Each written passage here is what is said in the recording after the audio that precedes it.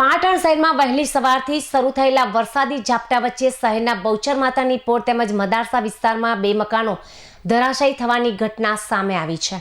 જો કે આ ઘટનામાં સમય સૂચકતાના કારણે મોટું જાનહાનિનું સંકટ ટળ્યું છે। પાટણમાં સવારથી પડી રહેલા વરસાદને કારણે મદારસા વિસ્તારમાં આવેલા 2 જૂના મકાનો એકાએક ધરાશાયી થઈ ગયા હતા।